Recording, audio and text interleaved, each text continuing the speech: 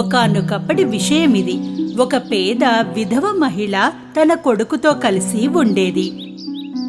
ఆమె కొడుకు జాక్ ఏ పని చేసేవాడు కాదు, ఎందుకంటే అతను చాలా బద్ధకస్తుడు. అందువల్ల ఆమె వద్ద డబ్బు ఉండేది కాదు. అమ్మా, తినడానికి ఏమైనా ఉందా? నాకు ఆకలేస్తుంది. రోజులు గడుస్తున్నాయి. వాళ్ళు ఇంకా పేదవారయ్యారు. ఆ రోజు రానే వచ్చింది. తమ మిల్క్ వైట్ ఆవుని అమ్మేయాల్సి వచ్చింది, ఎందుకంటే దానిని కూడా వారు మేపలేకపోయేవారు. జాక్ తల్లి అతనితో చెప్పింది, ఆవుని బజారుకి తీసుకెళ్లి మంచి ధరకు అమ్మేయమంది. బహుశా తినడానికి ఏదైనా కొనుక్కోవచ్చని. బజారుకు వెళ్లేటప్పుడు జాక్ ఒక విచిత్రంగా కనిపించే ముసలాయన కలిశాడు.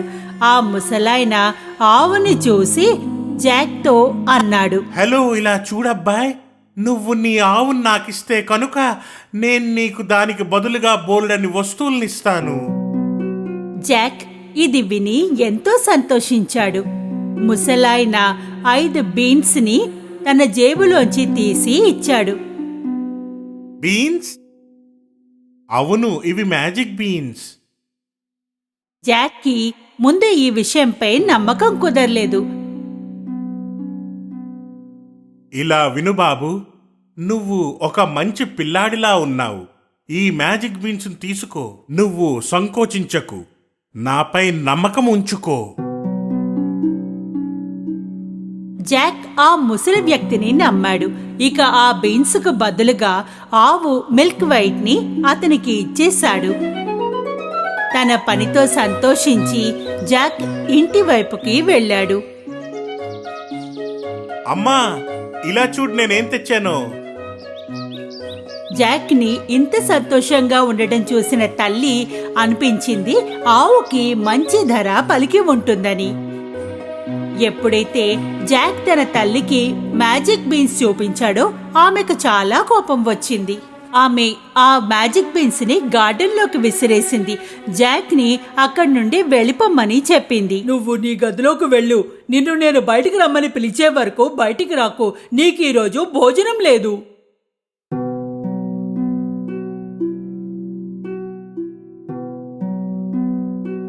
ఉదయం జాక్ తన కిటికీలోంచి బయటికి చూసి ఆశ్చర్యపోయాడు. అతని గది కిటికీ వద్ద అతను చూశాడు, మొక్కలు ఎంతో వేగంగా పెరుగుతున్నాయి.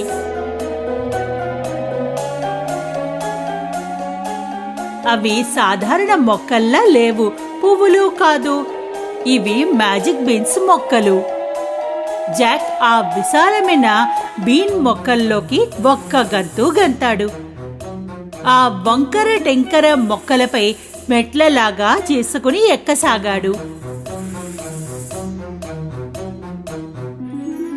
కొంత ఎత్తు వరకు ఎక్కాక ఒక విచిత్రమైన చోటికి చేరుకున్నాడు.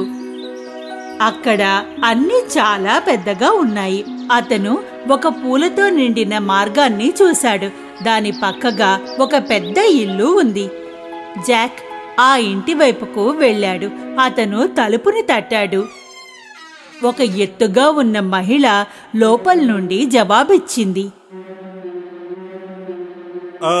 అది నేను మిమ్మల్ని అడగాలనుకున్నాను, మీ దగ్గర తినడానికి ఏమైనా ఉందా అని. ఉందిగా, కానీ నువ్వు నా భర్త వచ్చే ముందు నువ్వు ఇక్కడి నుండి వెళ్ళిపోవాలి. ఎందుకంటే నా భర్తకు చిన్న పిల్లలంటే ఎంతో ఇష్టం, వాళ్ళని తినేస్తాడు. జాక్ భయపడ్డాడు, కానీ ఆకలితో ఉన్నాడు. తినడానికి టేబుల్ పై కూర్చోగానే అతనికి ఏదో గంభీరమైన గొంతు బయట నుండి వినిపించింది. పిల్లల వాసన వస్తోంది.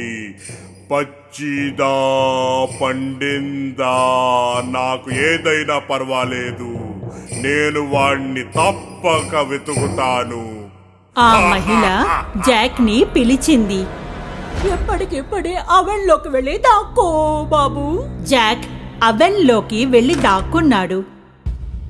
ఆ రాక్షసుడు కిచెన్లోకి వెళ్ళి వాసన చూస్తున్నాడు.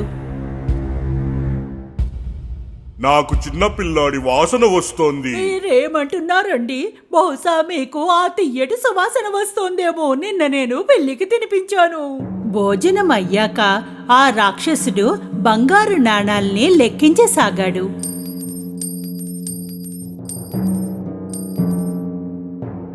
కొంతసేపటి తర్వాత అలా లెక్కించి అలిసిపోయాడు, నిద్రపోయాడు.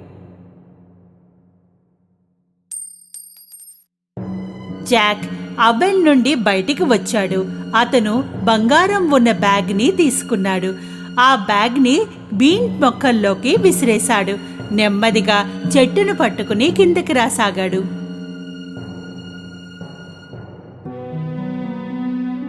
అతను బంగారంతో నిండిన బ్యాగ్ని తీసుకుని ఇంటి లోపలికి పరిగెత్తాడు.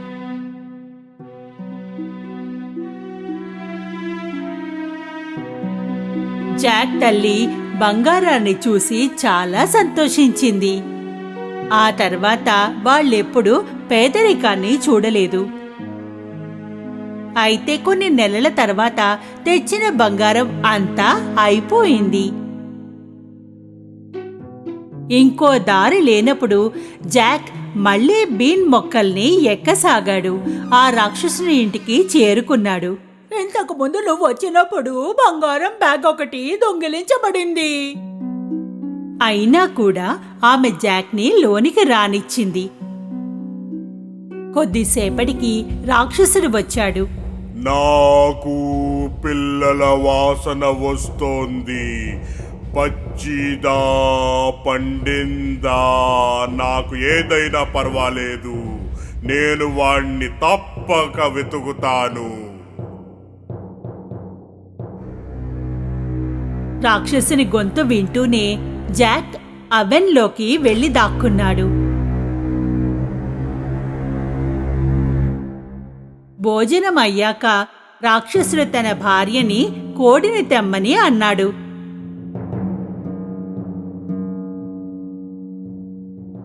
ఆమె కోడిని తీసుకురాగానే అతను ఆ కోడిని గుడ్డు పెట్టమని చెప్పాడు. జాక్ ఇదంతా చాలా ఆశ్చర్యంగా అనిపించింది.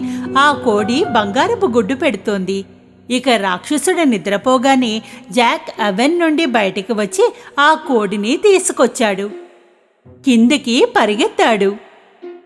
బంగారపు గుడ్డు వల్ల జాక్ ఇంకా వాళ్ళ అమ్మ మళ్లీ ధనవంతులయ్యారు.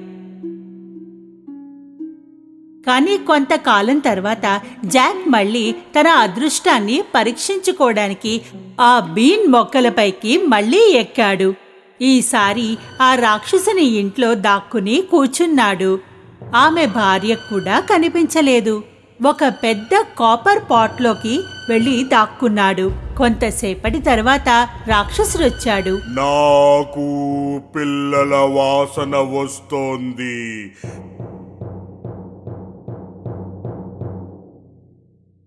పచ్చిదా పండిందా నాకు ఏదైనా పర్వాలేదు. నేను వాణ్ణి తప్పక వెతుకుతాను.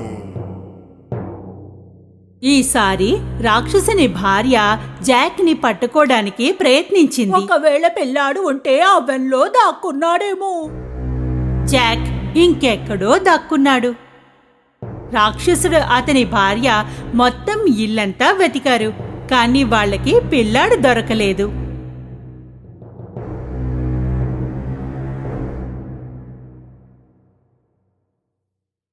భోజనం చేశాక రాక్షసుడు బంగారపు వీణని టేబుల్పై పెట్టి దాన్ని మోగమన్నాడు.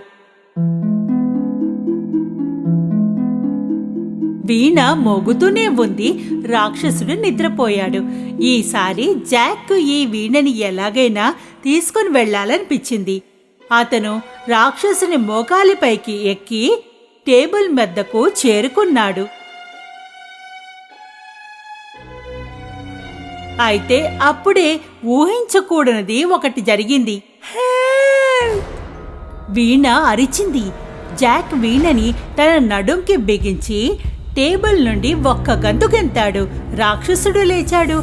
జాక్ వెనకాలే పరిగెత్తాడు. జాక్ బీన్ మొక్కల నుండి వేగంగా కిందకి దిగసాగాడు.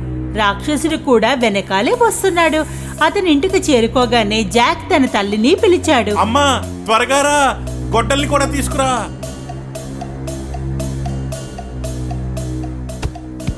వాళ్ళు బీన్ చెట్లని నరకసాగారు.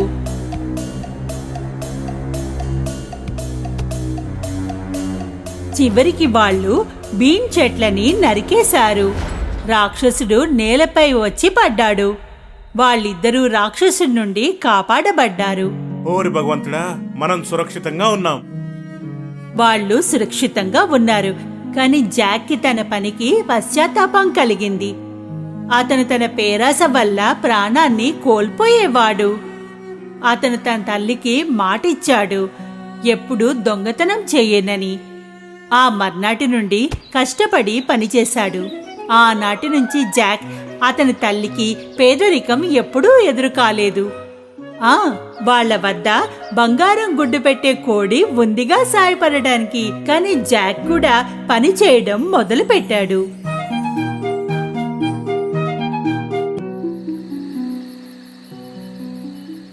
ఎన్నో ఏళ్లకు పూర్వం మా ఇంటికి కొద్ది దూరంలో ఒక డార్లింగ్ కుటుంబం ఉంటుండేది. వారి కుటుంబంలో 3 పిల్లలుండేవారు. వారి పేర్లు జాన్, మైకేల్, వెండీ. వెండీ ఎప్పుడూ తన తల్లికి చెబుతుండేది పీటర్ పాన్ తన గదిలో ఎలా వేణువు ఊదుతాడో. వాళ్ళమ్మ ఆమెకి చెబుతుండేది ఇదంతా ఆమె కల్పన అని. కానీ ఏమీ చేయలేకపోయేది. గదిలో ఆకులు కూడా కనిపించేవి. అవి ఆమెను ఆలోచించేలా చేసేవి. వెండీ ఎప్పుడో పీటర్ పాన్ పై నుండి ఆకులు రాలతాయని చెబుతుంది. ఒక రాత్రి ఆమె తల్లిదండ్రులు బయటికి వెడతారు. పిల్లల్ని ఇంట్లో ఒంటరిగా వదిలేసి వెళ్తారు. వాళ్ళకి నిద్ర వచ్చినప్పుడు నిద్రపోయారు. పీటర్ పాన్ గదిలోకి వచ్చాడు. అక్కడ రాలి ఉన్న ఆకులని వెతకసాగాడు. అదే క్షణాన వెండీకి మెలకువ వచ్చింది. పీటర్ పాన్, నేను నీకోసమే ఎదురు చూస్తున్నాను. మీరు నిజంగా ఉన్నారు అంటే ఎవరూ నమ్మడం లేదు. వెండీ పీటర్కి ఏ ఆకులనైతే దాచి ఉంచిందో వాటిని వెనక్కి ఇచ్చేసింది. ఆమెకు పీటర్ అంటే ఎంతో ఇష్టం. ఆమె ఆకులని మళ్లీ బట్టలకు కుట్టేసింది. వెండీ, నేను నీకు ఒక అద్భుతమైన సాహస కథను వినిపించినా? నాకు సాహస కథలు వినాలని లేదు. నేను ఒక పీటర్ పాన్ లో ఉండాలని అనుకుంటున్నా. అదే సమయంలో పీటర్కి చిన్న మిత్రుడు టింకర్ బెల్ కిటికీ లోపలికి వచ్చాడు. మంచి నిర్ణయమే. నాకు తెలుసు నువ్విక్కడే ఉంటావు అని. నేను లేకుండా నువ్వు కొత్త సాహసం చేయగలవా? నీకు తెలుసు కదా, నువ్వు లేకుండా నేను ఏదైనా పని చేయడం అసాధ్యమని. వెండీ తన సోదరులని నిద్రలేపింది. వాళ్ళు పీటర్ పాన్ ఇంకా టింకర్ బెల్ ని ఆశ్చర్యంగా చూశారు. అయితే నువ్వు ఎగరడానికి సిద్ధంగా ఉన్నావా? టింకర్ బెల్ రెక్కలపై మట్టిని దులుపుకుంది, మూసేసింది. ఇంకా అది గాల్లోకి ఎగిరిపోయింది. అందరూ ఒక్కసారిగా ఇల్లు వదిలేశారు. పిల్లల వెంటనే నెవర్లాండ్ వైపు సాగిపోయారు.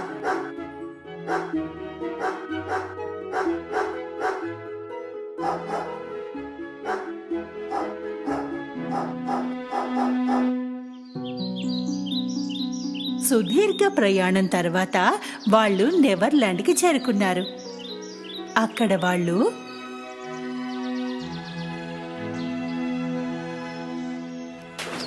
జలకన్యలు,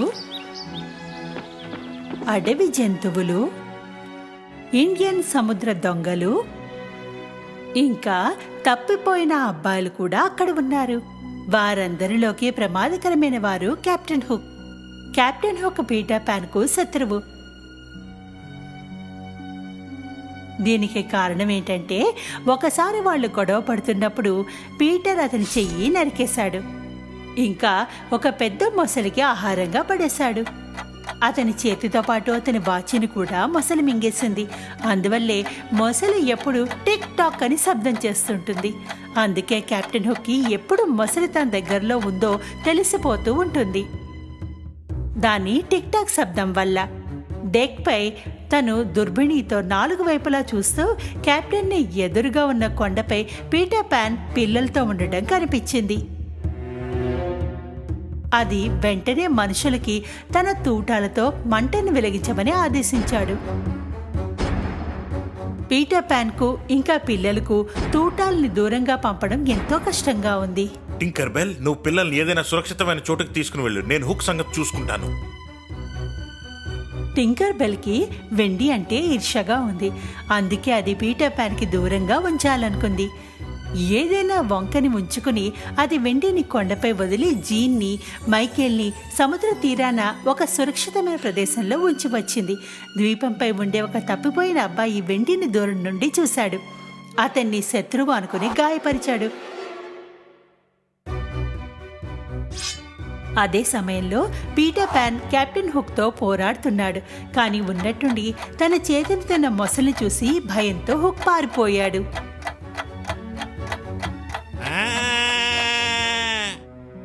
పీటర్ పాన్ మళ్ళీ వెనక్కి వస్తున్నాడు.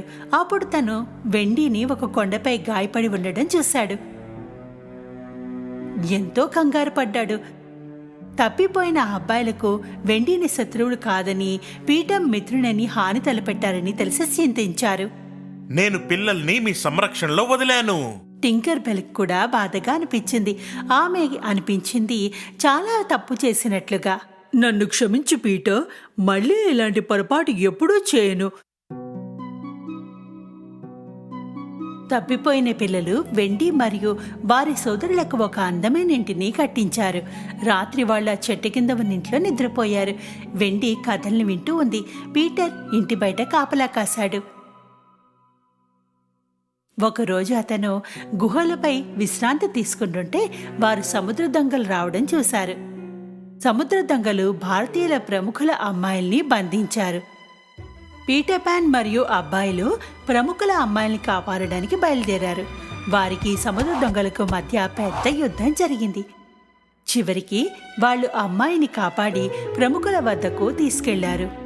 ఆ రోజు తర్వాత ఇండియన్స్ పీటర్ పాన్ మరియు తప్పిపోయిన అబ్బాయికి ప్రాణ స్నేహితుడయ్యాడు. ఇంతేకాదు, ముఖ్యమంత్రి గారి అబ్బాయి రక్షణ కొరకు తమ ఇద్దరు శ్రేష్టమైన అబ్బాయిల్ని పీటర్ పాన్తో ఉండేలా ఆదేశించారు. అనుమానం లేదు, కెప్టెన్ హుక్ ఈ విషయంలో కోపం వచ్చింది. ఏదో ఒక రోజు నేను నిన్ను ఓడించేస్తాను పీటర్ పాన్. నిన్ను ఎవ్వరూ అప్పుడు కాపాడలేరు. ఒక రాత్రి వెండి తన కుటుంబ కథను చెబుతూ ఉంటే అప్పుడు పీటర్కి అర్థమైంది ఆమె తన కుటుంబాన్ని ఎంత గుర్తు చేసుకుంటోందో. అందుకే ఆమె చెప్పింది తను కావాలంటే మళ్ళీ వెనక్కి వెళ్ళొచ్చు అని. కానీ ఆమె వెళ్ళాలనుకుంటోంది. ఆమె సుదీర్ఘ ప్రయాణం చేయడానికి ప్యాకింగ్ చేస్తుంటే సముద్ర దొంగలు ఆమెపై దాడి చేశారు.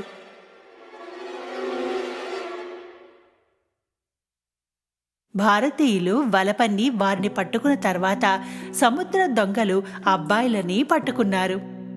పీటర్ పాన్ ఇంట్లో నిద్రపోతున్నాడు. అబ్బాయిలకు ఏం జరిగిందో అన్న విషయం అతనికి తెలియలేదు. కెప్టెన్ అతను నిద్రిస్తుండడం చూశాడు. కానీ అతను పీటర్ పాన్ ఇంటి తలుపుల్ని తెరవలేకపోయాడు.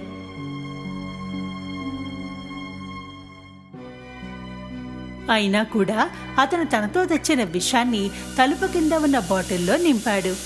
దానివల్ల పీటర్ చాలాసేపటి వరకు నిద్రపోతూనే ఉన్నాడు. పీటర్ పాన్ మొత్తం రోజంతా నిద్రపోయాడు. అతను నిద్రలేచాక టింకర్ బెల్ లోపలికి వచ్చింది. అబ్బాయిలకు జరిగిందంతా చెప్పాక పీటర్ పాన్ ఇంకా టింకర్ బెల్ అబ్బాయిల్ని కాపాడడానికి బయలుదేరారు. ఎప్పుడైతే సముద్ర దొంగలు ముఖ్య కార్యాలయం హ్యాపీ రాక్ వద్దకు వచ్చారో వాళ్ళు చూశారు కాపలా వాళ్లపై ఎవరో దాడి చేశారని. వాళ్ళు సముద్ర దొంగలు కాదు. గుహకి రెండో వైపు వెడితే అక్కడ కనిపిస్తున్న దాన్ని చూసి ఆశ్చర్యపోయారు. వెండి, జాన్, మైకేల్ తప్పిపోయిన అబ్బాయిలు స్తంభాలకు కట్టేసి ఉంచారు. కెప్టెన్ హుక్ చేతిలో మండుతున్న మసాలాలు పట్టుకుని ఉన్నారు. నీ చివరి కోరికేంటో చెప్పు. వెండి అందరికంటే పెద్దది. ఆమె మాట్లాడడం మొదలుపెట్టింది. ప్రియమైన మిత్రులారా, నా చివరి మాట ఏంటంటే, మీ అమ్మ చెప్పి ఉంటుంది, ఈరోజు ఆమె ఇక్కడ ఉండి ఉంటే భయపడాల్సిన పనే లేదని చెబుతుంది. భయం లేకుండా చావుని ఎదిరించండి, సాహసవంతులుగా ఉండండి, ప్రేమ ఎప్పుడు జయిస్తుంది. వెండి మాటలు విన్నాక కెప్టెన్ హుక్కు చాలా కోపం వచ్చింది. అతను వాళ్ళని నావలోకి తీసుకొచ్చాడు. అతనిని ఒక స్తంభానికి కట్టేశారు. ఆ సమయంలోనే పీటర్ పాన్ ఇంకా టింకర్బెల్ అబ్బాయిల్ని కాపాడడానికి వచ్చారు. అదే సమయంలో భారతీయులు ఇంకా వారి ప్రముఖులు అక్కడ సమయానికి చేరుకున్నారు. దీంతో పీటర్ పాన్ ఎంతో సంతోషించాడు, ఎందుకంటే ఆమెకు సహాయం చేసి ఆ అబ్బాయిల్ని కాపాడాడు. ఇప్పుడు వెండిని వదిలే సమయం వచ్చేసింది. పీటర్ పాన్ ఇంకా అబ్బాయిలు కెప్టెన్ హుక్ ఉన్న చోటికి చేరుకున్నారు. అక్కడ కొంతమంది సముద్ర దొంగలు మిగిలి ఉన్నారు. వాళ్ళని కొడతారు అని అనిపించగానే ఆ చోటు నుండి పారిపోయారు.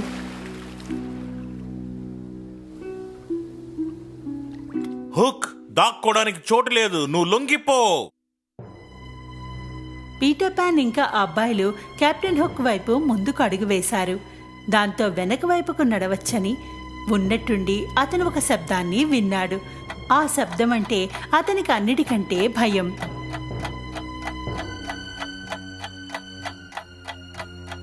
భయంతోనే కెప్టెన్ వెనక్కి తిరిగి చూశాడు. మొసలి అతని నీటిలో ఎప్పుడు పడతాడా అని ఎదురు చూస్తోంది. నన్ను కాపాడండి. రెప్పపాటు కాలంలో అతను నావలోకి మరోవైపు పరిగెత్తాడు. నీటిలోకి దూకేశాడు. ఎంత వేగంగా వీలైతే అంత వేగంగా ఈదాడు. పీటర్ పాన్ ఇంకా అబ్బాయిలు నవ్వసాగారు. ఆ క్షణం నుండి హుక్ ఓడ అబ్బాయిలదయ్యింది. వాళ్ళ కెప్టెన్ పీటర్ పాన్ అయ్యాడు. మీ ఆదేశం కోసం సిద్ధంగా ఉన్నాం కెప్టెన్ పీటర్. పదండి వెళ్దాం. అబ్బాయిలు తమ పూర్తి శక్తిని ఉపయోగించి తాళ్లని సంకెళ్ళని విప్పుకున్నారు. టింకర్ బెల్, ఎగిరిపోదాం పద. డార్లింగ్ కుటుంబం వైపు సాగిపోదాం. పిల్లలు ఇది విన్నాక ఎంతో సంతోషించారు. వెండీ, జాన్, మైకల్ తమ తల్లిదండ్రుల వద్దకు వెళ్తున్నందుకు సంతోషంగా ఉంది. వాళ్ళ ఇల్లు గుర్తుకొచ్చింది. టింకర్ బెల్ తమ రెక్కల్ని విప్పి ఆడించారు. ఒక్కసారిగా విమానంలా అయిపోయాడు. ఆకాశంలోకి ఎగిరిపోయారు. వెండీ ఇంటికి వెళ్ళగానే అతనికి పీటర్ పాన్, టింకర్ బెల్ ఇంకా నెవర్లాండ్ గురించి అందరికీ చెప్పడానికి ఉత్సాహంగా ఉంది. ఆ రోజు నుండి నెవర్లాండ్ ఆమెకు మరో ఇల్లయింది. పీటర్ పాన్ ఆమెకు ప్రాణమిత్రుడయ్యాడు.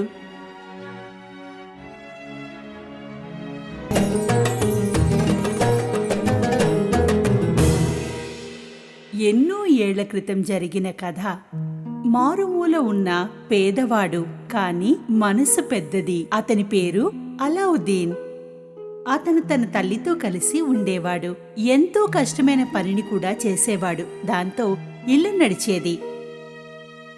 ఒక రోజున బజారులో అరటిపళ్ళ వ్యాపారం చేయడానికి వచ్చాడు. అనుకోకుండా ఒక వ్యక్తిని కలిశాడు. అతని గడ్డం చాలా పెద్దగా ఉంది. మనిషి ఎత్తుగా ఉన్నాడు. చేతిలో బంగారు నాణాన్ని చూపిస్తూ ఇలా అన్నాడు. ఏ అబ్బాయ్, నేను మీ నాన్న చిన్నప్పటి స్నేహితుణ్ణి. నా దగ్గర ఈ బంగారు నాణేలున్నాయి. నీకు కావాలనా ఇవి? బంగారు నాణేలా? నేను జీవితాంతం అరటి పండ్లు అమ్ముకున్నా ఇంత సంపాదించలేను. ఆ వ్యక్తి అలావుద్దీన్ని ఒక రాయి కింద ఉన్న లోయలోకి వెళ్ళమని చెప్పాడు. తను ఎలా చెప్తే అలా చెయ్యమని అన్నాడు. అలావుద్దీన్కి ఈ పని చాలా సులువుగా అనిపించింది. 2 చేతులతో ఆ రాయిని కదిపాడు. లోపల గుహ ఉండడం గమనించాడు. చిన్ని అడుగులు వేస్తూ లోపలికి వెళ్ళసాగాడు. అలా నెమ్మదిగా మెట్లు దిగుతూ కిందకి వెళ్ళాడు. కిందకి చేరుకోగానే అక్కడ ఒక చిమ్నీ వెలుగుతూ ఉండడాన్ని గమనించాడు. ఆశ్చర్యపోయాడు అక్కడున్న ఖజానాని చూసి. వజ్రాలు, ముత్యాలు, బంగారం, ఇంకెన్నో. ఆశ్చర్యంగా వీటన్నిటినీ చూస్తున్న అలావుద్దీన్కు గట్టిగా ఒక స్వరం వినిపించింది. అక్కడొక పాత దీపం ఉంటుంది. అది ఆర్పేసి ఆ దీపాన్ని వెంటనే నా దగ్గరికి తీసుకురా. అలావుద్దీన్కు ఆశ్చర్యంగా అనిపించింది. ఇంత సొమ్ము ఇక్కడ ఉంచుకుని అతను ఎందుకు చిమ్నీ కోసం ఆరాటపడుతున్నాడు? చిమ్నీ అంత విలువైనదా? అలావుద్దీన్కు భయమేసింది. అలావుద్దీన్ చిమ్నీని తీసుకుని మెట్లు పైకి ఎక్కసాగాడు. అంతలోనే ఆ వ్యక్తి అరవసాగాడు. తొందరగా వచ్చి దీపాన్నిచ్చేయ్. అలావుద్దీన్కు విషయం ఏమిటో అర్థం కాలేదు. మొదలు నేను బయటకు వస్తా. నీవు ఆ దీపాన్ని ఇవ్వకపోతే నిన్ను ఈ లోయలోనే మూసేస్తా. అప్పుడు అల్లావుద్దీన్కి అర్థమైంది అతని ఉద్దేశం సరిగా లేదని. లేదు, మొదలు నేను బయటకు రావాలి. అరే పిచ్చోడా, ఇక నీ సంగతి చెప్తా. అయ్యో ఆగు, నన్ను మూయకు. ఆ వ్యక్తి రాయిని గుహకు అడ్డంగా పెట్టి మూసేశాడు. అయితే అతని ఉంగరం జారి పడిపోయింది. అది అల్లావుద్దీన్ కాళ్ల వద్దకొచ్చి పడింది. అతను దాన్ని తీసుకున్నాడు, వేలికి పెట్టుకున్నాడు. అలా పెట్టుకోగానే అక్కడి వాతావరణం మారిపోయింది. వేలి నుండి పెద్ద జీనీ వచ్చాడు. భయంతో అల్లావుద్దీన్ వణికిపోయాడు. కోరుకో, ఏం కావాలో కోరుకో, కానీ నీవు మరచిపోకు, నీ దగ్గరున్నవి 3 కోరికలు మాత్రమే. నాకింటికి వెళ్ళాలని ఉంది. సరే అబ్బాయి. రెప్పపాటులో అల్లావుద్దీన్ ఇంటికి చేరుకున్నాడు.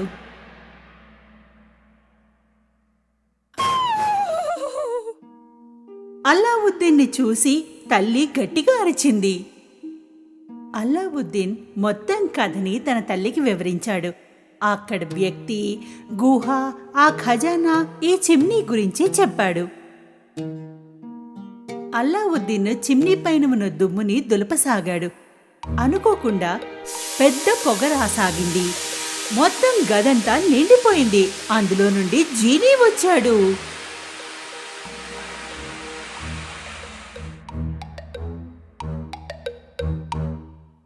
భలా భలా, 100 సంవత్సరాల నుండి ఈ దీపంలోనే ఉన్నాను. నీవు నన్ను బయటకు తీశావు. కోరుకో మహాశయ, కోరుకో. ఏం కోరుకుంటావో కోరుకో. ఈ కొత్త చిక్కి ఏమిటబ్బా అని ఆశ్చర్యంతో ఉండిపోయారు. అల్లావుద్దీన్ చూస్తుండిపోయాడు. జీనీ మళ్ళీ చెప్పాడు, కోరుకో అబ్బాయ్, ఏం కావాలనో కోరుకో. సరే మరి, మా కోసం మంచి భోజనం మరియు పేయ పదార్థాలు తెచ్చిపెట్టు. ఉన్నట్టుండి అక్కడ పెద్ద టేబుల్ వచ్చింది. దానిపైన సువాసనలతో భోజనం నిండుగా ఉంది. తాగడానికి భోజనము, పళ్ళు, పేస్ట్రీలు ఉన్నాయి. అప్పటి నుండి అల్లావుద్దీన్ వాళ్ళమ్మ ఏది కోరితే అది జీనీ తీసుకుని రాసాగాడు. వాళ్ళెంతో సంతోషంగా విలాసవంతంగా ఉండసాగారు. అలా కొంతకాలం గడిచింది.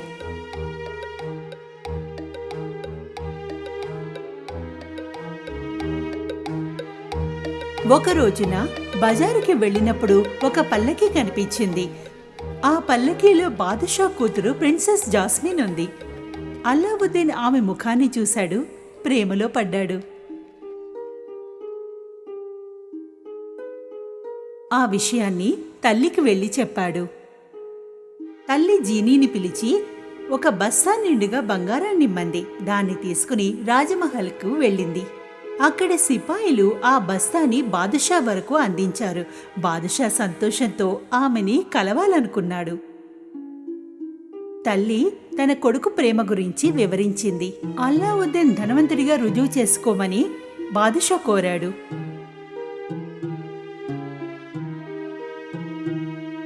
మీ అబ్బాయికి నా అల్లుడు కావాలనుకుంటే అతనికి చెప్పు, 40 సేవకుల చేతుల్లో 40 వజ్ర వైడూర్యాల బంగారముతో నిండి ఉన్న పెట్టెలు 40 రక్షక భటుల రక్షణలో పంపించమని చెప్పు. ఇది విన్న అల్లావుద్దీన్ తల్లి ఉదాసీనంగా ఇంటిని చేరుకుంది. ఇవన్నీ జీనీ వల్ల సాధ్యం కాదని అనుకుంది.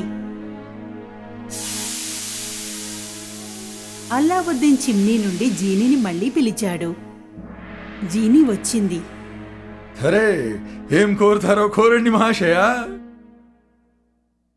అల్లావుద్దీన్ బాదుషా చెప్పిన కోరికల్ని చెప్పాడు. జీనీ 3 సార్లు చప్పట్లు కొట్టింది. అప్పటికప్పుడు ఖజానాను తీసుకుని వస్తున్న 40 మంది నౌకర్లు, 40 మంది సిపాయిలు ఎదురుగా నిలిచారు. బాదుషా అడిగినవన్నీ తిరిగి తెచ్చినందుకు సంతోషించాడు. బాదుషా అనుకున్నాడు, ఇతని వద్ద ఇంకెంత డబ్బుందో అని. నా కూతురు ఒక రాజభవనంలో ఉండాలని నా కోరిక. అది ఇవ్వగలిగితే మాత్రమే పెళ్లి గురించి ఆలోచించు. అల్లావుద్దీన్ బాదుషా చెప్పిన కోరికల్ని జీనీకి చెప్పాడు. జీనీ మళ్ళీ 3 సార్లు చప్పట్లు కొట్టింది. అప్పుడు అల్లావుద్దీన్ తన కళ్ళని నమ్మలేకపోయాడు. ఒక పెద్ద విలాసవంతమైన మహల్ ఎదురుగా కనిపించింది. అల్లావుద్దీన్ నమ్మలేకపోతున్నాడు. బాదుషా అనుకున్నాడు అల్లావుద్దీన్ కంటే ధనవంతుడు మరెక్కడా ఉండడని. వాళ్ళ వివాహాన్ని హుందాగా జరిపించాడు. 3 రోజుల పాటు సంబరాలు జరిగాయి. అల్లావుద్దీన్ యొక్క అదృష్టము, అతని ధనవంతుడు అవ్వడము అందరికీ తెలిసింది. అయితే అల్లావుద్దీన్ వాళ్ళమ్మ జాస్మిన్కి జీనీ గురించి ఏమీ చెప్పలేదు. ఒక రోజున అల్లావుద్దీన్ మహల్ వద్దకు ఒక వ్యక్తి వచ్చాడు. వినండి, వినండి, నేను అన్ని పాత దీపాలు తీసుకొని కొత్త దీపాలు ఇస్తాను. ప్రతి పాత దీపం తీసుకుంటాను. జాస్మిన్ ఈ మాటల్ని వింది. తను అనుకుంది పాత చిమ్నీని ఇచ్చి బదులుగా కొత్త చిమ్నీని తీసుకుంటే అల్లావుద్దీన్ ఎంతో సంతోషిస్తాడని అనుకుంది. ఆమె ఆ పాత చిమ్నీని ఇచ్చి కొత్త చిమ్నీని తీసుకుంది. ఆ వ్యక్తి మరెవరో కాదు, ప్రారంభంలో అల్లావుద్దీన్ గుహలో బంధించిన వ్యక్తి. అతని చిమ్నీని దొరకగానే జీనీని పిలిచి జాస్మిన్తో పాటు ఆ మహల్ని కూడా తనకిమ్మని కోరాడు. అల్లావుద్దీన్ సాయంత్రం తిరిగి వచ్చినప్పుడు తన మహల్ అక్కడ కనిపించలేదు. జరగకూడదేదో జరిగిందని తెలుసుకున్నాడు. అతను పాత ఇంటికి వెనక్కి వెళ్ళాడు. గుహలో దొరికిన ఉంగరాన్ని వెతికాడు. వెంటనే దాన్ని వేలికి తొడుక్కోగానే పెద్ద జీవ్ మళ్ళీ ప్రత్యక్షమయ్యాడు. కోరుకో, ఏం కావాలో కోరుకో, కానీ మర్చిపోకు, మిగిలినవి 2 కోరికలు మాత్రమే. అయితే మరి నన్ను జాస్మిన్ దగ్గరికి తీసుకెళ్ళు. ఉన్నట్టుండి అతను మహల్కి చేరుకున్నాడు. ఎవరూ తన్ను చూడకుండా ఉండేలా ఒక పక్కన దాక్కున్నాడు. అతని భార్య జాస్మిన్ ఆ వ్యక్తికి సేవలు చేస్తోంది. అతని పక్కనే చిమ్నీ ఉండడం కూడా గమనించాడు. ఎవరికీ కనిపించకుండా అల్లావుద్దీన్ ఆ ఉంగరాన్ని మళ్ళీ వేలికి తొడుక్కున్నాడు. పెద్ద జీవ్ మళ్ళీ ప్రత్యక్షమయ్యాడు. కోరుకో, ఏం కావాలో కోరుకో, కానీ మర్చిపోకు, మిగిలింది కేవలం ఒకటే కోరిక. అయితే మరి వెంటనే ఆ దుష్టుణ్ణి గాఢ నిద్రలోకి తోలేయి. క్షణాల్లో పరిగెత్తుకుని జాస్మిన్ వద్దకు చేరుకున్నాడు. ఆ వ్యక్తిని చూసి జాస్మిన్ చాలా భయంతో ఉంది. అల్లావుద్దీన్ని చూసి ఎంతో సంతోషించింది. అల్లావుద్దీన్ జాస్మిన్కు మొదట్నుంచి జరిగింది వివరించాడు. జాస్మిన్ ఆశ్చర్యంతో వింది. అల్లావుద్దీన్ మళ్ళీ చిమ్నీని రుద్దగానే పెద్ద జీని బయటికి వచ్చింది.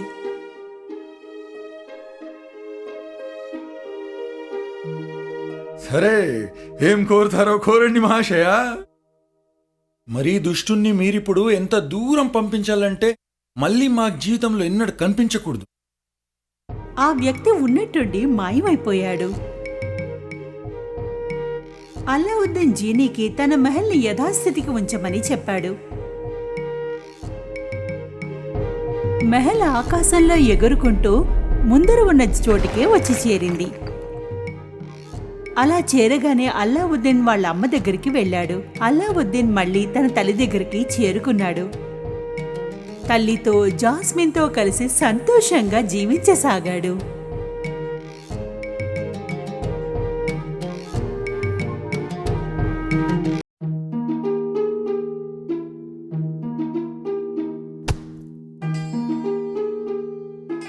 ఎన్నో ఏళ్ల క్రితం మాట ఇది. అలీబాబా అన్న పేరున్న కార్పెంటర్ ఉండేవాడు. అతను తన భార్యతో కలిసి నిరుపేద జీవితాన్ని గడుపుతుండేవాడు. అలీబాబా తన గాడిదను తీసుకుని అడవిలో కట్టెలు కొట్టడానికి వెళ్ళేవాడు. ఆ కట్టెల్ని అమ్మి ఇల్లు గడిపేవాడు. ఓ రోజు కట్టెలు కొట్టడానికి అడవికి వెళ్ళాడు. అప్పుడు అతనికి ఏవో శబ్దాలు వినిపించాయి. అవి గుర్రాల శబ్దాలు. అతను కంగారు పడ్డాడు. వీడు దొంగ అనుకుంటాను, నేను దాక్కోవాలి.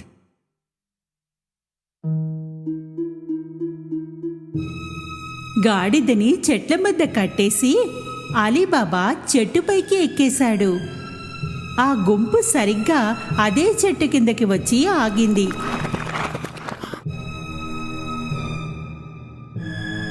అలీబాబా లెక్క పెట్టాడు. వాళ్ళు 40 మంది. వాళ్ళు ఎంతో భారీగా ఉన్న సామాన్ని గుర్రం నుండి కిందకి దింపారు. అలీబాబాకి అర్థమైంది వాళ్ళు దొంగలని.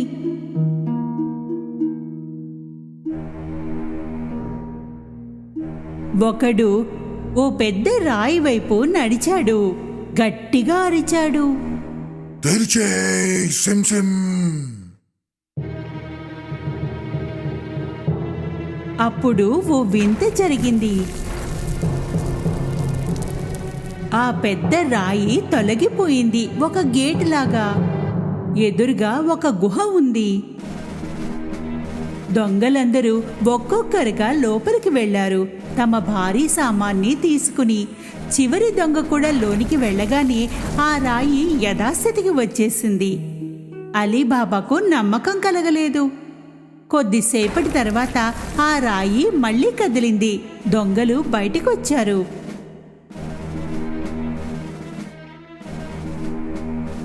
సర్దార్ బయటికి వచ్చి మళ్ళీ అరిచాడు.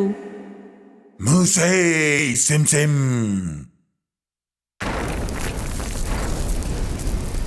ఆ రాయి మళ్ళీ మార్గాన్ని మూసేసింది. కొద్దిసేపటిలోనే గుర్రాలెక్కి వాళ్ళు వెళ్ళిపోయారు. అలీబాబా చెట్టు నుంచి కిందకి దిగి తిన్నగా రాయి దగ్గరికి వెళ్ళాడు. అతను అవే మాటల్ని చెప్పాడు. తెరిచేయ్ సిమ్ సిమ్.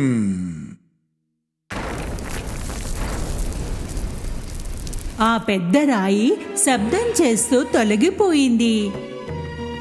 అలీబాబా లోపలికి వెళ్ళాడు. లోపల ఉన్నది చూశాక అతని తల తిరిగిపోయింది. బంగారు నాణాలు, వజ్రాలు, ఖజానాలు చిందరవందరగా ఉన్నాయి.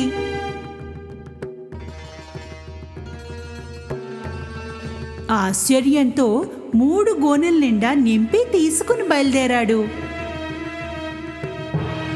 బయటికి వచ్చాక మళ్ళీ సర్దార్ చెప్పిన అవే మాటలు చెప్పాడు. మూసేయ్ సిమ్ సిమ్.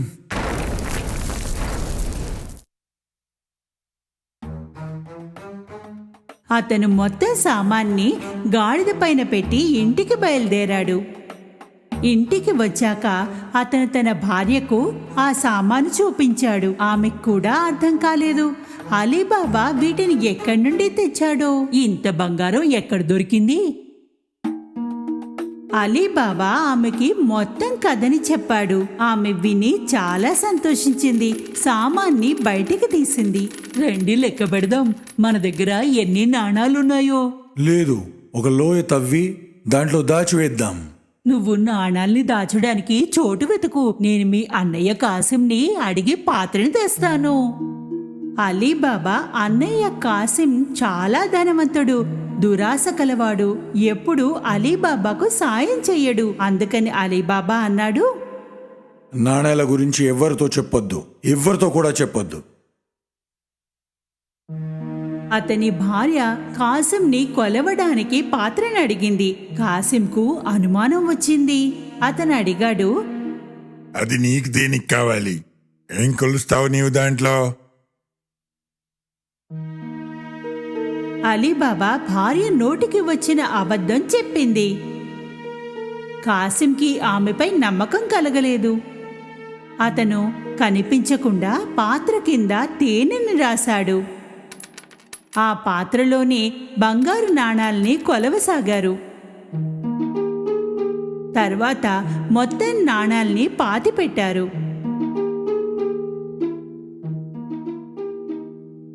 ఆ తర్వాత అలీబాబా భార్య కాసింకు పాత్రను తిరిగి ఇవ్వడానికి వెళ్ళింది. ఆమె చూడనే లేదు పాత్ర అడుగున బంగారు నాణాలు అంటుకుపోయాయని.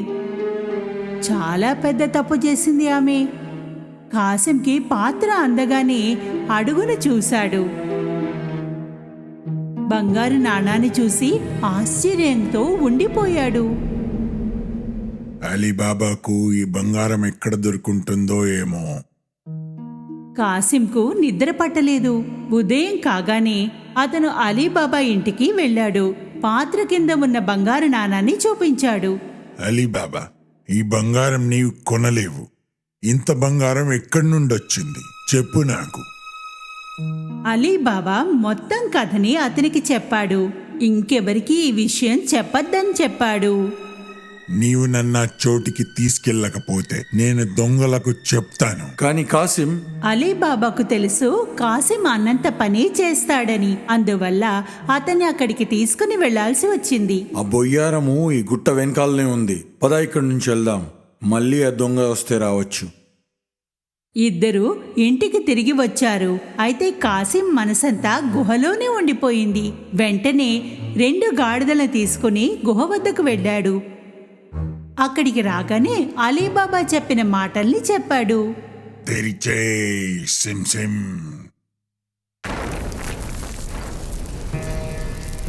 ఆ రాయి అడ్డు తొలగింది. మార్గం తెరుచుకుంది. కాసింకు నమ్మకం కలగలేదు. లోపల చూశాక ఆశ్చర్యంతో ఉండిపోయాడు. అంత బంగారాన్ని చూసి అతని ఆశ మరింత పెరిగింది. తొందరగా బంగారాన్ని సంచుల్లో నింపుకున్నాడు. సంచులు నిండగానే బయటకు వచ్చాడు. అయితే రాయి మూసుకుపోయింది. దాన్ని తెరవడానికి చెప్పవలసిన మాట కాస్త అతను మర్చిపోయాడు. నోటికి ఏది వస్తే అదే చెప్పసాగాడు. తెరిచే టిమ్ టిమ్, తెరిచే కుమ్ కుమ్, తెరిచే జిమ్ జిమ్. ఎన్ని మాటలు చెప్పినా ఆ రాయి కదల్లేదు. కంగారు పడ్డాడు. అతనికి మార్గం కనిపించడం లేదు. అంతలోకి దొంగలు గుహలోకి వచ్చారు. అతనికి కాసిం గాడిదలు చూసి అనుమానం వచ్చింది. తెరిచే సిమ్ సిమ్.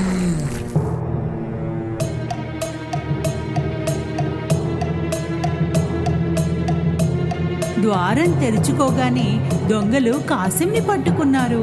అతనిని శిక్షించారు.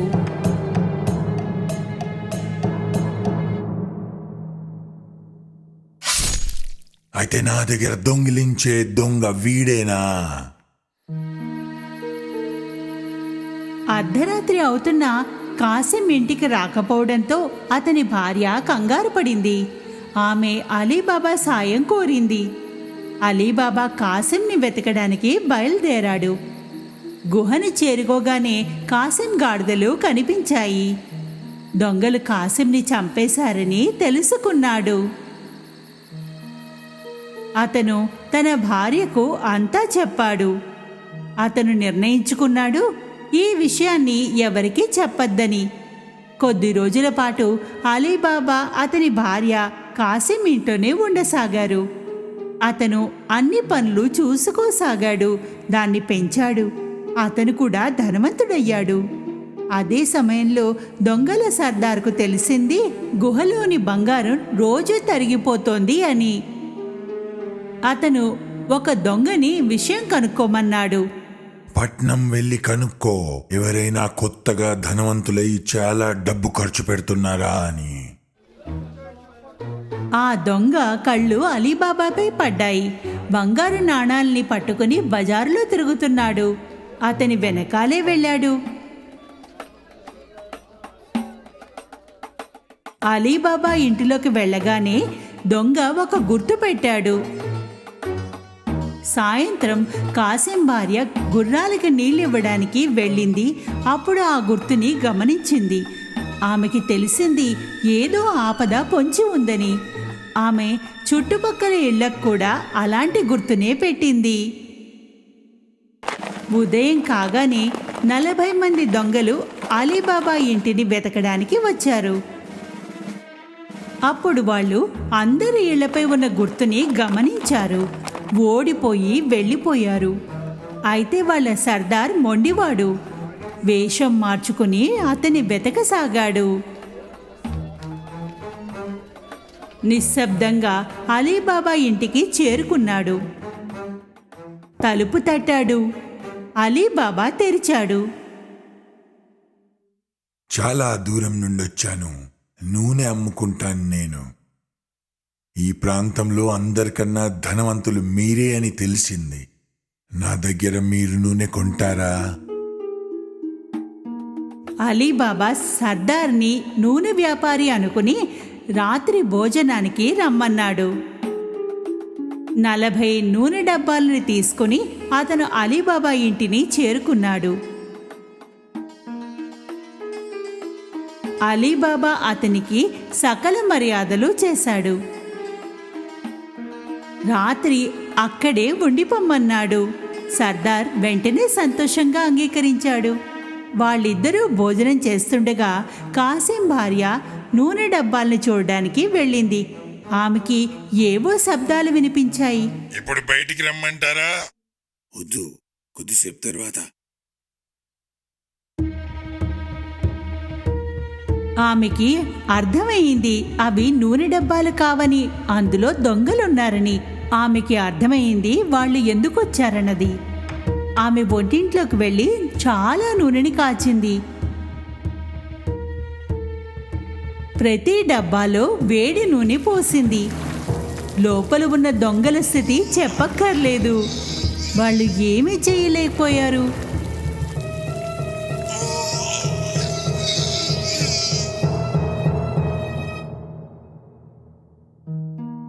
రాత్రి అందరూ నిద్రపోయాక సర్దార్ వాళ్ళ దగ్గరికి వచ్చాడు. ఇప్పుడు రండి. ఎలాంటి చలనం కనబడలేదు. అందుకని మళ్ళీ చెప్పాడు.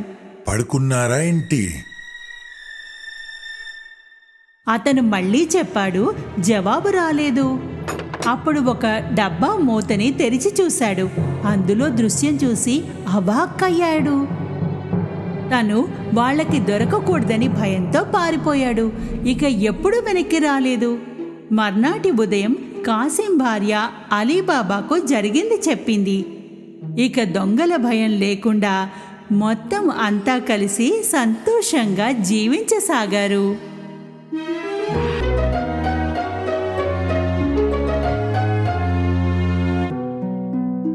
ఎన్నో ఏళ్ల క్రితం ఒక చిన్న పట్టణంలో బొమ్మలు చేసేవాడు ఉండేవాడు.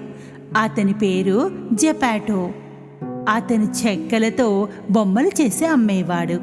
అతనికి జీవితంలో ఒకటే బాధ. అతనికి పిల్లలు లేరు. ఒక రోజున అడవిలో అతనికి చెట్టు కాండం దొరికింది. బొమ్మలు చేయడానికి అనువైనది. ఈ ముద్దు సరిగ్గా సరిపోయేటట్టుంది. దీంతో మంచి శిల్పం చెక్కుతా. జెపాటో ఆ కర్రను తీసుకుని తన వర్క్షాప్కి వెళ్ళాడు. తన టేబుల్పై దాన్ని పెట్టి దాంతో బొమ్మను చేయడం మొదలుపెట్టాడు. ఉన్నట్టుండి ఏదో వింత జరిగింది. ఒక గొంతు వినిపించింది ఆ కర్ర నుండి. ముందు జెపాటో ఆశ్చర్యపోయాడు. తనేదో తప్పు విన్నాడని అనుకున్నాడు. బొమ్మని తయారు చేయడానికి పూనుకున్నాడు. మళ్ళీ అదే గొంతు వినిపించింది.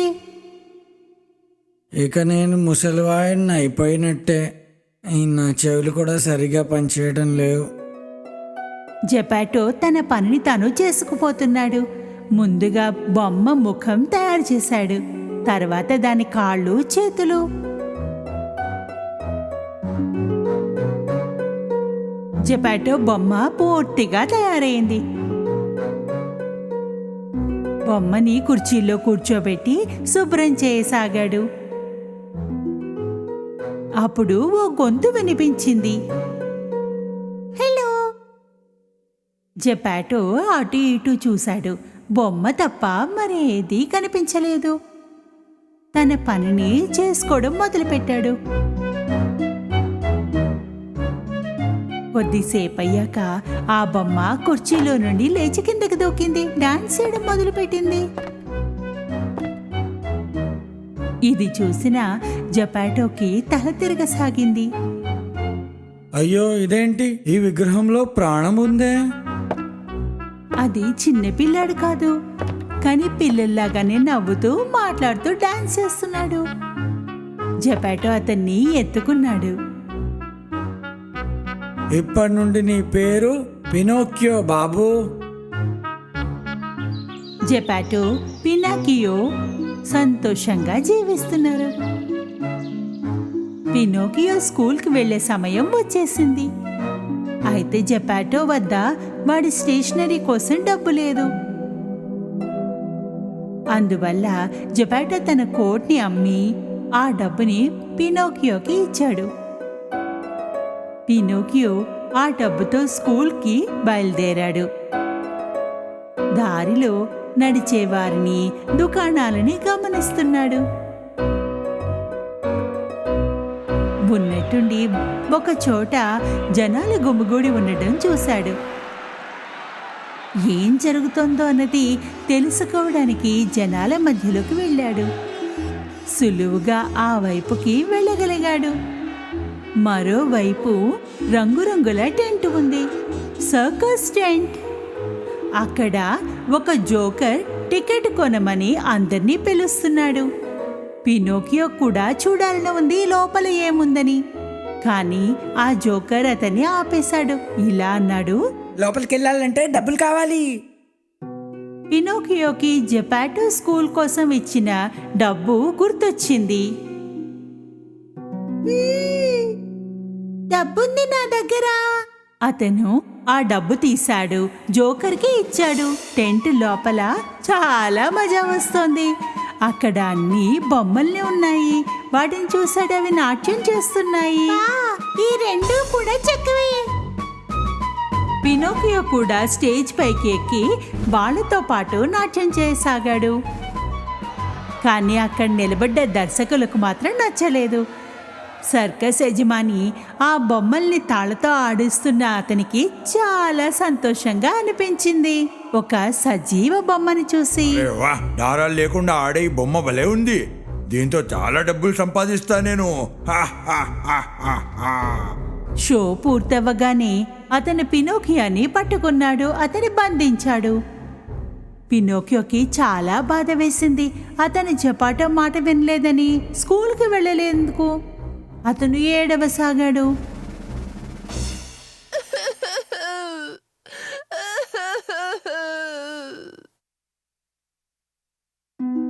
పినోకియో ఈ విధంగా బాధపడడం చూసిన ఒక పరి వచ్చింది.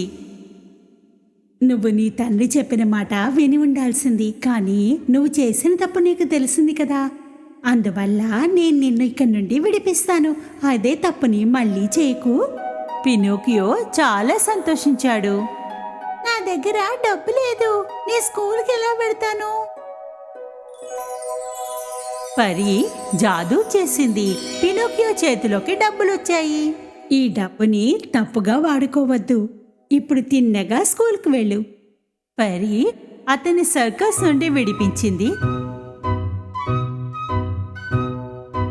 సంతోషంగా ఆడుతూ పాడుతూ పినోకియో స్కూల్కి వెళ్ళాడు.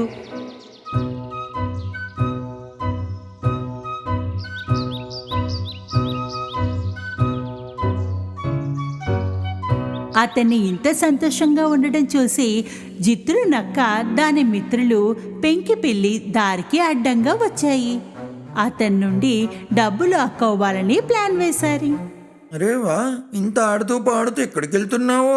నా కోసం స్టేషనరీ కొనుక్కోడానికి పెడుతున్నాను. ఇన్ని డబ్బులలో నీకు స్టేషనరీ ఎవడిస్తాడో? నేను ఇంతకన్నా చాలా డబ్బు ఇవ్వగలను నీకు.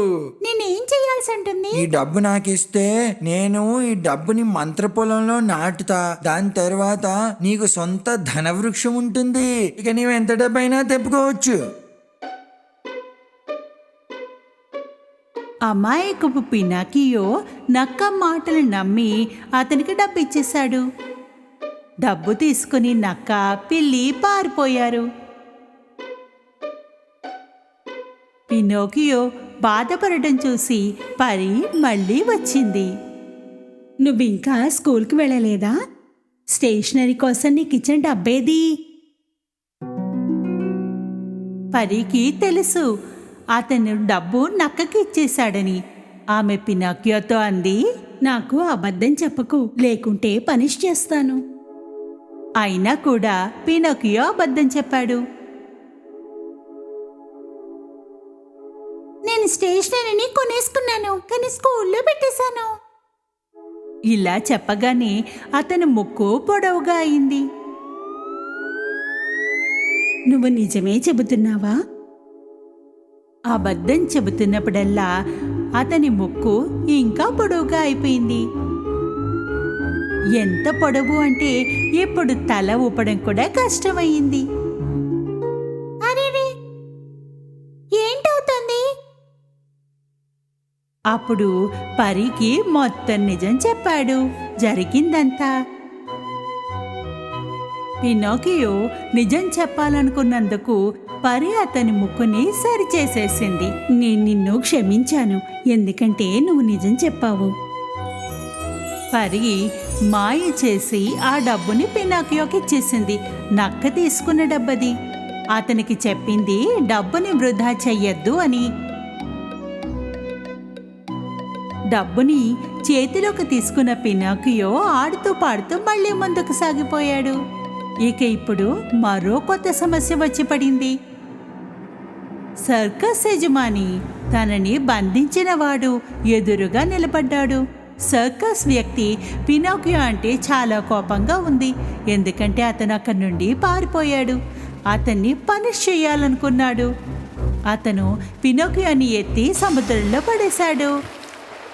పినోకియో సముద్రంలో పడ్డాడు, కానీ మునిగిపోలేదు. పైనే తేలుతున్నాడు, ఎందుకంటే తనకు కర్రతో తయారైనవాడు. అతనికి పైకి రావడం చాలా మజాగా ఉంది. అతను కాళ్ళు చేతులు కొట్టుకుంటూ ఈత కొట్టడం మొదలుపెట్టాడు. నెమ్మదిగా ఒడ్డుకు చేరుకున్నాడు. అరే, ఏమైంది? ఎక్కడ ఉన్నాను? పినోకియో తనని తాను చీకటి ప్రదేశంలో ఉన్నట్టుగా గమనించాడు. అటు ఇటు చూశాడు, ఏమీ కనిపించడం లేదు. ఏమైందంటే ఓ పెద్ద చేప పినాకియోని తినేసిందన్నమాట. ఇప్పుడు వాడు దాని కడుపులో ఉన్నాడు. ఇంకోవైపు జొపాటో పినోకియో గురించి కంగారు పడుతున్నాడు. వాడిని వెతకడానికి బయలుదేరాడు. Pinocchio, Pinocchio. చివరికి పినాకియోని సముద్రంలోకి ఎక్కడ తోసేశారో ఆ చోటికి చేరుకున్నాడు. అక్కడ చేపలు పట్టే వాళ్ళని అడిగాడు. ఒక బెస్తవాడికి తెలుసు ఆ పిల్లాడి గురించి. అతను చెప్పాడు పిల్లాడు సముద్రంలో పడిపోయాడని. జొపాటో అతన్ని సాయం కోరాడు. అతనికి తెలుసు జొపాటో మంచి మనిషి అని. అతను సాయం చేయడానికి ఒప్పుకున్నాడు. జొపాటోకి ఒక చిన్న నావని ఇచ్చాడు, పినోకియోని కాపాడటానికి. జొపాటో నావను తీసుకుని సముద్రంలోకి వెళ్ళసాగాడు. కొద్దిసేపటికి ఒక పెద్ద భయంకరమైన తుఫాను వచ్చింది. ఈ చిన్న నావ పెద్ద పెద్ద అలల్ని తట్టుకోలేకపోయింది. అది కాస్త మునిగిపోయింది. జొపాటో సముద్రపు నీళ్లలో పడిపోయాడు. జొపాటో వయసులో పెద్దవాడు, అతనికి ఈత కూడా రాదు. అతను సముద్రపు లోతుల్లోకి వెళ్ళసాగాడు. అదే సమయంలో పినోకియోని తిన్న పెద్ద చేప జొపాటోని కూడా మింగేసింది. జొపాటో దాని గొంతులో నుండి తిన్నగా దాని కడుపులోకి చేరుకున్నాడు. అతనికి చిన్నపిల్లాడి ఏడుపు వినిపించింది. అతను ఆ గొంతుని గుర్తుపట్టాడు. పినోకియో, నా బిడ్డ, ఎంత ఆందోళన పడ్డానో తెలుసా? ఎంత వెతికితే దొరికావురా? తన తండ్రి గొంతు విని ఏడుస్తూ అతన్ని కౌగిలించుకున్నాడు. సారీ నాన్న, నేను మీరు చెప్పిన మాట వినలేదు. నన్ను క్షమించండి. ఇప్పటి నుండి ఎప్పుడు మీ మాట వింటాను. ఈ ఈసారి పినోకియో నిజంగానే తప్పును తెలుసుకున్నాడని చూసిన పరి వాళ్ళిద్దరినీ చేప పొట్టలో నుండి తీసి క్షేమంగా ఒడ్డును చేర్చింది. ఆ రోజు నుండి పినోకియో మంచి పిల్లాడయ్యాడు. ఎప్పుడూ తన తండ్రి చెప్పింది వింటూ రోజు స్కూల్కి వెడుతూ స్కూల్ నుండి వచ్చాక తండ్రికి సాయం చేస్తున్నాడు. పరి ఇదంతా చూసింది. పినోకియో ఎంత మంచి పిల్లాడుగా ఉన్నది, అందుకు బహుమతిగా ఇవ్వాలని అనుకుంది. ఓ రాత్రి పినోకియో నిద్రపోతున్నప్పుడు వాడి దగ్గరగా వచ్చి మంత్రం వేసింది. ఉదయం కాగానే పినోకియో స్కూల్కి వెళ్ళడానికి తయారవుదామనుకున్నాడు. అతను లేస్తున్నప్పుడు ఏదో వేరుగా ఉందని అనిపించింది.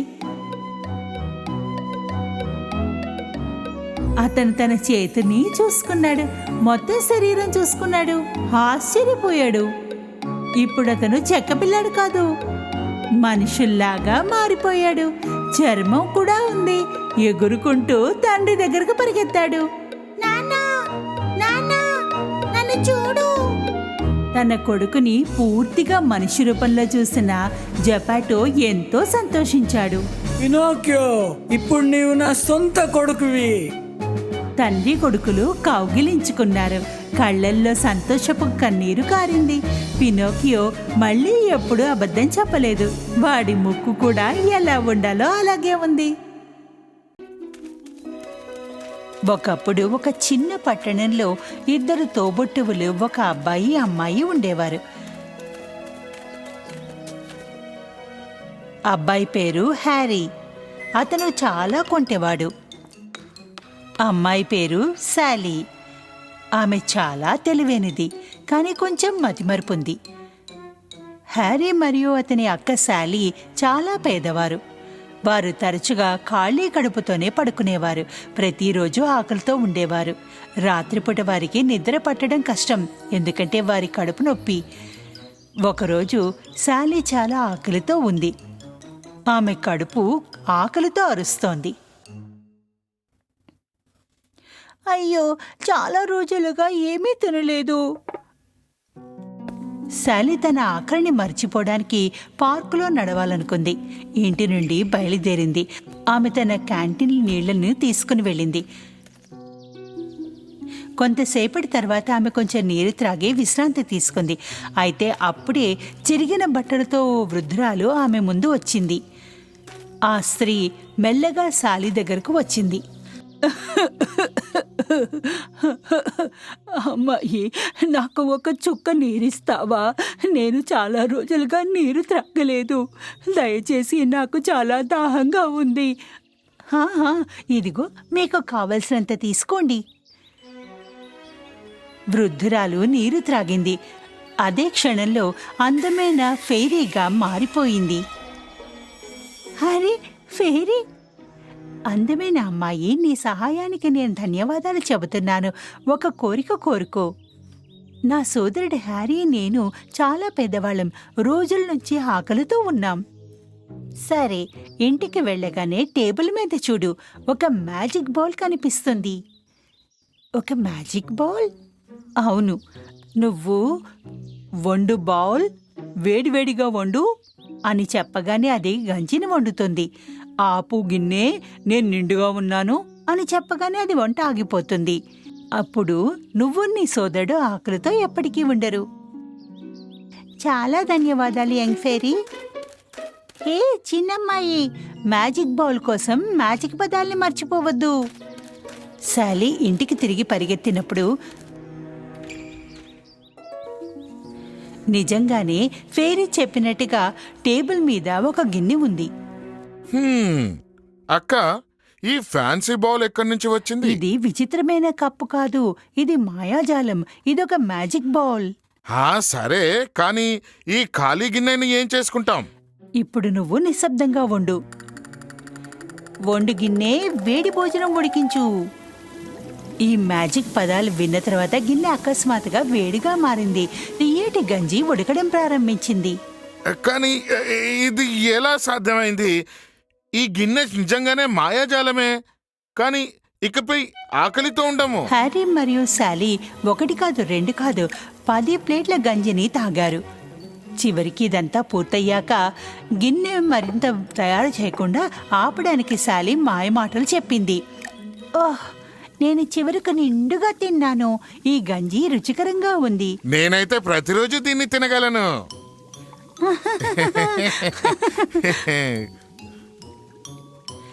నువ్వు ఎప్పటికీ నమ్మలేవు ఈ మ్యాజిక్ బౌల్ నా దగ్గరికి ఎలా వచ్చిందో. నిజానికి శాలీ మరియు హ్యారీ చాలా రోజులు తీపి గంజిని తిన్నారు. దాని రుచిని ఎప్పుడూ విసిగిపోలేదు. ఒకరోజు శాలీ బయటికి వెళ్లే ముందు తన సోదరుడు హ్యారీకి గిన్నెతో ఎలా వంట చెయ్యాలో ఎలా ఆపాలో చెప్పాలనుకుంది. హ్యారీ, హ్యారీ, నేను నీకొక ముఖ్యమైన విషయం చెప్పాలి. ఇలా రా. హ్యారీ తన సోదరి పిలుపుని పట్టించుకోలేదు. ఆమె వద్దకు రాలేదు. దాంతో శాలీ అతని దగ్గరికే వెళ్ళింది. కానీ ఆ క్షణంలో ఆమె చెప్పబోయేది మర్చిపోయింది. ఎందుకంటే ఆమె తరచుగా మతిమరుపుంది. ఏమైంది శాలి, నీకు నన్నెందుకు కంగారు పెడుతున్నావు? నేను పడుకుంటున్నాను కదా. నేను చాలా ముఖ్యమైన విషయం నీకు చెప్పబోతున్నాను, కానీ నువ్వు మర్చిపోయావు కదా. నీ జ్ఞాపక శక్తి చాలా తక్కువ, నాకు తెలుసు. అంత నిజంగా మాట్లాడద్దు హ్యారీ. ఏది ఏమైనా నేను వెళ్ళడం మంచిది. కానీ ఒకసారి ఆమె బయటికి ఉన్నప్పుడు శాలీ తన సోదరుడికి ఏం చెప్పాలో గుర్తు చేసుకుంది. ఓ, ఇప్పుడు నాకు గుర్తొచ్చింది. మ్యాజిక్ బౌల్ని ఎలా ఆపాలో ఎలా వండాలో అతనికి చెప్పాలి. సరే, నేను ఇంటికి వచ్చే వరకు హ్యారీ నిద్ర లేవడ్లే. కానీ హ్యారీ మాత్రం ఆమె ఇంటి నుంచే బయలుదేరగానే మేల్కొన్నాడు. మంచం మీద నుండి లేచి టేబుల్ దగ్గరికి వెళ్ళాడు. ఎందుకంటే అతను చాలా ఆకలితో ఉన్నాడు. వంట చెయ్యి కటోరా, వంట చెయ్యి నువ్వు. మ్యాజిక్ బౌల్ వెంటనే వేడెక్కడం ప్రారంభించింది. ఇల్లంతా మళ్ళీ తియ్యటి గంజి వాసన.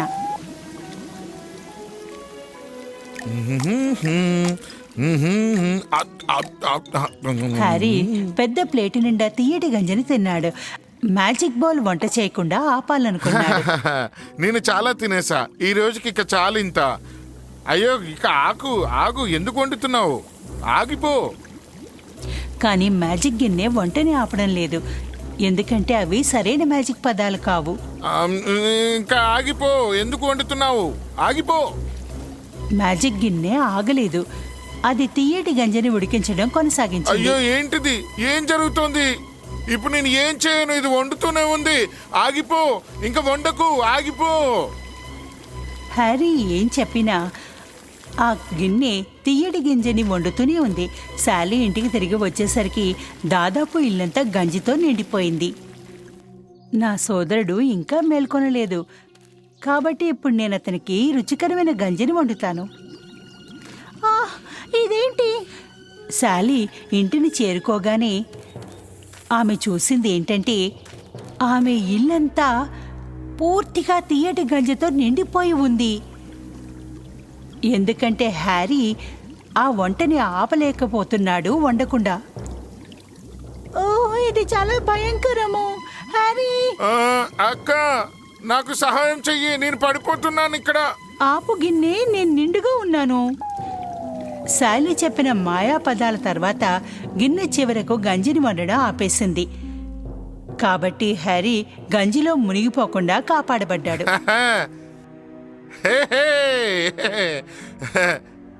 థ్యాంక్ యూ దీది, నువ్వు నన్ను కాపాడేసావు. కానీ ఇప్పుడు దీన్ని ఏం చేద్దాం మనం? మొత్తం ఇల్లంతా నిండిపోయింది. శాలీకి గొప్ప ఆలోచన వచ్చింది. ఆమె వెంటనే వెళ్లి పక్కింటి వాళ్ళకి ఇతర పేదల్ని పిలిచింది. ప్రతి ఒక్కరూ శాలీ ఇంటి బయట వరుసలా కూర్చున్నారు. హ్యారీ రుచికరమైన గంజితో ప్లేట్లను నింపగా శాలీ వాటిని ఆకలితో ఉన్న పేదవారందరికీ అందించాడు. చాలా చాలా ధన్యవాదాలు శాలీ, మీరు నా ఆకలిని తీర్చేశారు. హ్యారీ మరియు శాలీ తమలాంటి పేదలకు సహాయం చేయడంలో చాలా సంతోషంగా ఉన్నారు. ఆకలితో అలమటిస్తున్న వారందరికీ సహాయం చేయడం బాగుంది. అప్పుడు ఒక వృద్ధుడు పేదవాడిగా కనిపించే వ్యక్తి వారి వద్దకు వచ్చాడు. ఓ, నిజంగానే ఇది ఉందా ఇక్కడ, ఈ మ్యాజిక్ బౌల్? నేను చాలా రోజుల నుంచి నా భార్య పిల్లల కోసం తిండి కోసం అటు ఇటు తిరుగుతున్నాను. ఇప్పుడు నేను అలసిపోయాను. మీరు దయచేసి ఈ కటోరాను మాకు ఇస్తే చాలా బాగుంటుంది. ఇవ్వచ్చు కదా ప్లీజ్. ఇప్పుడు మనం ఏం చేద్దాం అక్క? ఇది తనకి ఇచ్చేస్తే మనం ఆకలితో చచ్చిపోవాలి కదా. అలా అనకూడదు హ్యారీ. మనిషి పిల్లలు ఆకలితో ఉన్నారు. పిల్లలు ఈ ప్రపంచంలో ఆకలితో ఉండకూడదు. గిన్నె తీసుకుని మీ కుటుంబానికి వెళ్ళండి. అదే సమయంలో ఆ మనిషి అందమైన ఫేరీగా మారిపోయింది. ఓ, నువ్వు నాకు ఉపకారం చేసిన కన్యవి నువ్వే కదా? మీరు నిజంగా నన్ను సంతోషపరిచారు హ్యారీ. మీరు పట్టణంలో నివసిస్తున్న పేద ప్రజలకు ఆహారం అందించారు. వారి పిల్లలు ఆకలితో ఉన్న వారికి సహాయం చేశారు. మీ అనుకూలతకు బదులుగా ఈ గంజి మ్యాజిక్ గిన్నెను నీ దగ్గరే ఉంచుకోవచ్చు. దీనికి నువ్వే అర్హురాలివి. నిజంగానా? హుర్రే! యే! అప్పటి నుండి ప్రతిరోజు హ్యారీ మరియు శాలీ పట్టణంలోని పేద ప్రజలకు గంజిని అందించారు. వారి ఉదార హృదయానికి వారు పంచుకున్న గంజిలా మధురంగా మారాయి. పిల్లలు, యువకులు, వృద్ధులు కడుపు నిండా సంతోషంగా చూసినప్పుడు వారు కూడా ఎంతో సంతోషంగా, ప్రశాంతంగా జీవించడం మొదలుపెట్టారు.